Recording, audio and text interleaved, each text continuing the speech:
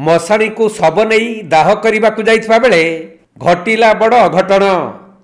श्मशान निकट एक गछरु महुमाछी पल बाहरी आसी लोकमानंकु गुड़ाई गुड़ाई कामुड़ीथिले।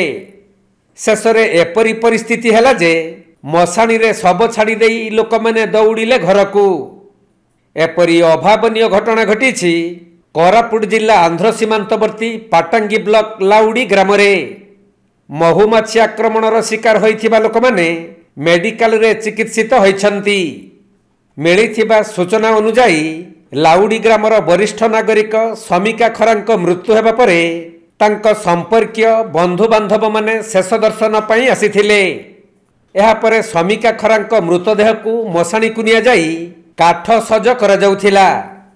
एही समय रे मशाणी पाख एक गछ उपरे थिबा महु फेणारू महुमाछी गुड़िक दल दल होई बाहरी आसीथिले। आउ सेठारे थिबा लोकंकु गुड़ाई गुड़ाई कामुड़िबा फलरे सेमाने भयभीत होई मशाणी रे मृतदेह छाड़ी देई प्राण विकल रे जिए जुआडे पारिथिला दौड़ीथिले। तेबे महुमाछी आक्रमणर शिकार होइथिबा किछि लोकमाने मेडिकल रे चिकित्सित होई घरकु फेरिछन्ति।